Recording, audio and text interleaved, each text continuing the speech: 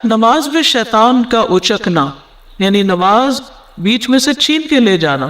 عائشہ رضی اللہ عنہا روایت کرتی ہیں، میں نے رسول اللہ صلی اللہ علیہ وسلم سے نماز کے دوران ادھر ادھر دیکھنے کے متعلق دریافت کیا۔ یعنی بعض لوگ جیسے نماز میں کھڑے ہوتے ہیں تو سجدے کی جگہ پر دیکھنے کی بجائے کبھی دائیں دیکھتے، کبھی بائیں، کبھی سامنے، کبھی آسمان کو۔ تو آپ صلی اللہ علیہ وسلم نے فرمایا یہ تو اچک لینا ہے، یعنی خشوع ختم کرنا ہے۔ جو شیطان بندے کی نماز میں سے اچک لیتا ہے، یعنی اس وقت شیطان اتنا ایکٹیو ہوتا ہے کہ بندے کی نماز میں سے کچھ حصہ نکال لیتا ہے۔ تو نماز میں ادھر ادھر دیکھنا، جھانکنا مکروہ ہے، کیونکہ بعض اوقات انسان دائیں بائیں گردن بھی پھیر لیتا ہے تو نماز سے توجہ ہٹ جاتی ہے۔ خشوع و خضوع جس کا حکم دیا گیا ہے وہ اس سے ختم ہو جاتا ہے۔ تو نماز توجہ کے ساتھ پڑھنی ضروری ہے۔ رسول اللہ صلی اللہ علیہ وسلم نے فرمایا جو بھی میرے وضو کی طرح وضو کرے، اس کے بعد 2 رکعت ادا کرے اور ان کی ادائیگی کے دوران میں کوئی خیال دل میں نہ لائے تو اس کے سابقہ تمام گناہ معاف کر دیے جاتے ہیں۔ کتنا مشکل ہے یہ کام کہ پھر نماز کے دوران اور باتیں نہ سوچے، اور یہ انسان کے شیطان پر غالب آ جانے کی وجہ سے ہوتا ہے۔ تو جو شخص اپنے شیطان اور اپنے نفس کے ساتھ جہاد کرتا ہے تو اس کے لیے جنت واجب ہو جاتی ہے۔ تو اس حدیث میں بیسیکلی توجہ سے نماز پڑھنے کی اہمیت کو بیان کیا گیا ہے کہ نماز میں ادھر ادھر نہ دیکھا جائے، کیونکہ جب انسان نماز میں ادھر ادھر دیکھتا ہے، یعنی نمازی جو ہوتا ہے نا، وہ جب تک نماز کی طرف متوجہ رہتا ہے تو اللہ سبحانہ وتعالیٰ بھی اس کی طرف متوجہ رہتا ہے، جب تک وہ دائیں بائیں نہیں دیکھتا۔ لیکن جب وہ اپنا چہرہ پھیر لیتا ہے تو اللہ تعالیٰ بھی اس سے اپنا چہرہ پھیر لیتا ہے۔ کتنی بڑی محرومی ہے کہ اگر انسان اپنا چہرہ پھیر لیتا ہے، ادھر ادھر دیکھنے میں مشغول ہو جاتا ہے تو اللہ تعالیٰ کی بھی توجہ اس سے ہٹ جاتی ہے۔ اسی طرح ابو ہریرہ کہتے ہیں کہ مجھے میرے خلیل نے 3 باتوں کی وصیت کی اور 3 سے منع کیا۔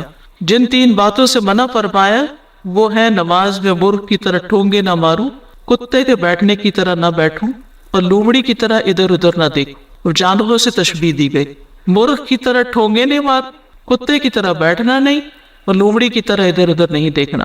رسول اللہ صلی اللہ علیہ وسلم نے ایک دن نماز پڑھائی۔ ابو ہریرہ کہتے ہیں پھر آپ مڑے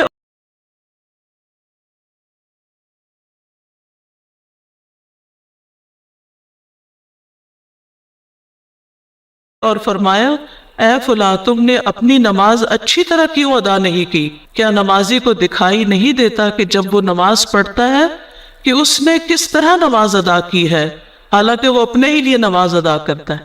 یعنی جو کام ہم اپنے فائدے کے لیے کرتے ہیں اس کو ڈھنگ سے تو کریں۔ تو نماز کا اجر اس کی خوبصورتی کے اعتبار سے ہے۔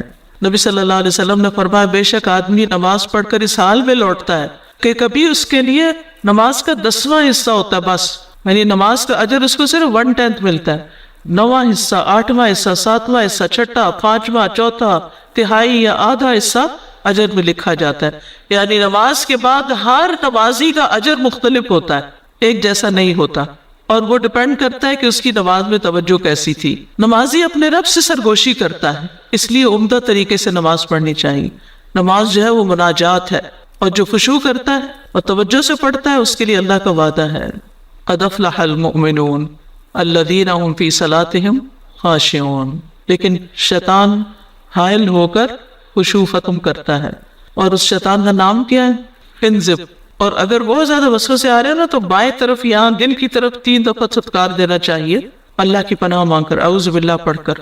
شیطان وسوسوں میں الجھاتا ہے۔ پھر یہ کہ ادھر ادھر دیکھنا نہیں چاہیے، اور نماز میں جو چیزیں خلل ڈالیں ان کو ہٹا دینا چاہیے، چاہے جائے نماز ہو، چاہے کوئی ڈیکوریشن پیس ہو، چاہے کوئی شیشہ ہو، یا کوئی بھی چیز اگر آپ دیکھتے ہیں کہ آپ کی نماز میں خلل ڈال رہی ہے تو اس کو دور کر دیں۔ پوزیشنز ٹھیک ہونی چاہیے نماز میں، کھڑے ہونے کی پوزیشن ٹھیک ہونی چاہیے، ہاتھ باندھنے کی پوزیشن ٹھیک ہونی چاہیے، رکوع ٹھیک سے ہونا چاہیے، کیونکہ بہت سے لوگ رکوع ٹھیک نہیں کرتے۔ رکوع میں آپ کی جو کمر ہے وہ اسٹریٹ ہونی چاہیے، کیونکہ بعض لوگ کمر ٹھیک کر لیتے ہیں، گردن جھکا دیتے ہیں، وہ بھی ٹھیک نہیں۔ تو جتنی آپ کی پوزیشن ٹھیک ہوگی اتنی ہی آپ کی نماز کا خشوع و خضوع بہتر ہوگا۔